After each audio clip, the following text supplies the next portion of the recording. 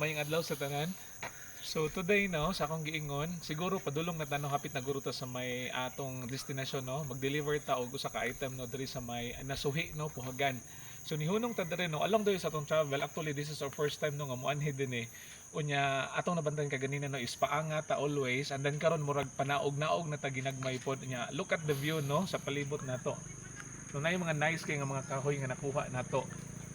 And then kung makita ninyo no diri nga side sa may kilid no makita nato no ang halabihan no kakuan kanang spread kayo nga kuan no sa mga kabungturan no kanang sa mga makita nato ang mountain view na super nice no. So actually ang fog no baga gid ang fog eh, medyo cloudy man diri karon.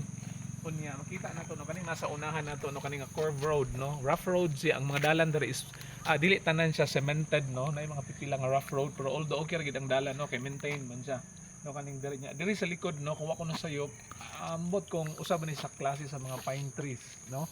Yan na yung mga katong mga pine tree ano tawag ani mga fern no, fern tay mga pine trees and fern trees no along. So kaning gitungtungan nato no kuan siya kanang cemented na ni no, so putol-putol siya.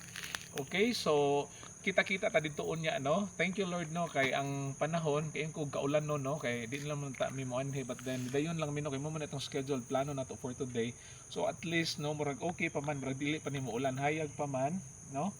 And then muna no. So salamat kayo no, kita-kita taon niya. Okay? So bye-bye. God bless.